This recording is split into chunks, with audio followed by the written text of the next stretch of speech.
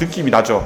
되게 안 좋지. 뭔가 이렇게 박박박박 긁는 느낌이 나지. 희반은 조그맣지만 생각보다 엄청 크게 느낌이 납니다. 뭐 심하게 하는 사람들은 내 여기 머리 이 전체를 갖다 긁어내는 느낌이 난다고 하는 사람도 있을 정도로 확 나요. 확. 그러니까 조그맣게 건드린다고 느낌 안 나진 않고 느낌은 확실히 납니다. 그러니까 특히 이렇게 이런 파일 같은 걸로 이렇게 하는 거는 100% 느낌이 나요. 물론 잘하는 의사들이 하면 스무스하게 넘어갑니다. 그러니까 느낌은 나지만 과정이 줄줄줄 넘어가네? 이건 문제가 없는데 딱 했는데 헉 하는 느낌이 들거나 뭔가 멈칫하는 느낌이 들면 온갖 생각이 다 들어요. 환자분들은 모르니까 여기 뭐야 잘못된 거 아니야? 뭐 이런 생각이 들 수도 있는 치료예요. 안녕하세요. 치아구조대 공황외과 전문의 홍동환입니다. 오늘 설명은 제가 공황외과 전문의라기보다는 치과의사로서 그리고 환자로서 이제 경험을 얘기해 보려고 합니다. 그러니까 치과의사들이 제일 겁내하는 치료가 뭘까요? 제가 생각하기엔 신경치료라고 생각합니다. 저도 신경치료는 절대 안 받고 싶었거든요. 근데 이제 얼마 전에 본의 아니게 이제 버티고 버텼던 치아를 신경치료를 받았습니다. 그래서 그걸 영상도 저희 찍은 게 있는데 신경치료를 언제 받아야 되나? 제가 왜 신경치료를 받았나? 그 치아를 엄청 오랫동안 버텼거든요. 아말감 했다가 레진 했다가 크라운 했다가 엄청 버텼는데 마지막에 이제 신경치료를 했죠. 그래서 나 절대 안 할 거야 라고 했지만 안 할 수가 없더라고요. 그래서 그거에 대해서 좀 설명을 드리려고 합니다. 자, 신경치료를 언제 해야 되냐? 기본적으로 찬물이나 따뜻한 물을 먹었을 때 찡하게 반응이 올 수 있습니다. 그 반응이 한 30초 안에 잠깐 사라지면 그거를 좀 피하면서 넘어가면 되는데 이 찡하면서 와서 몇 분 동안 쭉 지속될 수 있습니다. 그게 생각보다 엄청 불편합니다. 그리고 아프기도 하고 그런 경우에는 신경치료 할 가능성이 굉장히 높아요. 그리고 신경치료 해야 될 것 같다라고 생각하고 병원 오시는 게 좋습니다. 이유가 뭐냐면은 치수, 그러니까 속에 있는 치수가 지금 죽기 직전이에요. 그래서 이상 반응이 오는 겁니다. 과한 반응이 오는 거거나 아니면 딱 반응이 왔을 때 마지막 죽기 직전에 이제 발악하는 느낌으로 반응을 하는 거예요. 근데 금방 회복되면 상관이 없는데 찡하게 되면 생각보다 금방 죽습니다.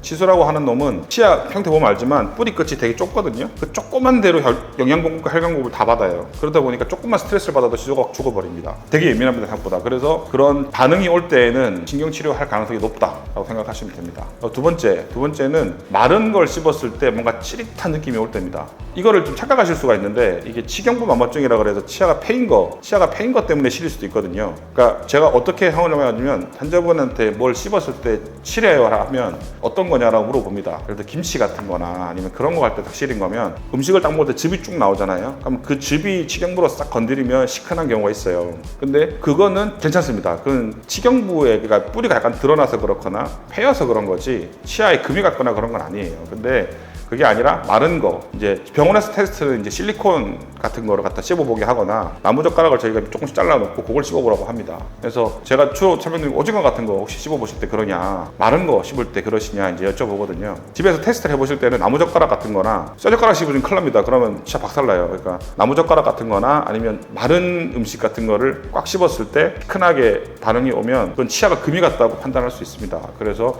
치아가 금이 가면 평소에 치아에 금은 되게 많이 가 있어요. 도자기 보면 겉에 자갈자갈하게 금이 가 있거든요.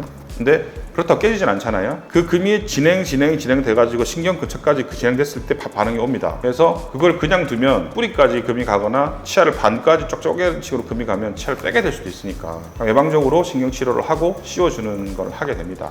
그래서 마른 걸 씹었을 때 시큰한 느낌이 오면 신경치료할 가능성이 높다라고 판단하시면 됩니다. 그리고 세 번째는 뾰루지 같은 게 생겼을 때예요. 치아도 그렇고 이게 아프다가 갑자기 어느 순간 딱 안 아파질 때가 있어요. 갑자기. 그거는 오히려 더 신호가 안 좋습니다. 그러니까 신경이 죽었을 가능성이 커요. 치아는 이렇게 이런 형태로 생겨있기 때문에 고기가 한번 죽으면 속이 쓰레기가 된 겁니다. 그러니까 부패한 거예요. 그럼 이쪽으로 그 뿌리 끝 쪽으로 부패한 염증이 계속 공급되겠죠. 그러니까 쓰레기 같은 게 공급되겠죠. 그러면 염증이 생기고 뿌리 끝에 이런 식으로 물집 같은 건 잡힙니다. 근데 물집 같은 거 잡힌 거는 몰라요. 그러니까 뼛속에는 감각이 없기 때문에 환자들은 물집이 아무리 커져도 모르는 경우가 많습니다. 그냥 느낌이 이상하다 정도가 더 많아요. 그래서 대부분 요거는 치과에서 발견을 합니다. 근데 가끔 집에서 뾰루지처럼 팍 터지는 경우가 있어요. 그럼 이게 염증이 커지다가 바깥쪽 이 뼈를 뚫고 딱 나오면 뾰루지처럼 터집니다.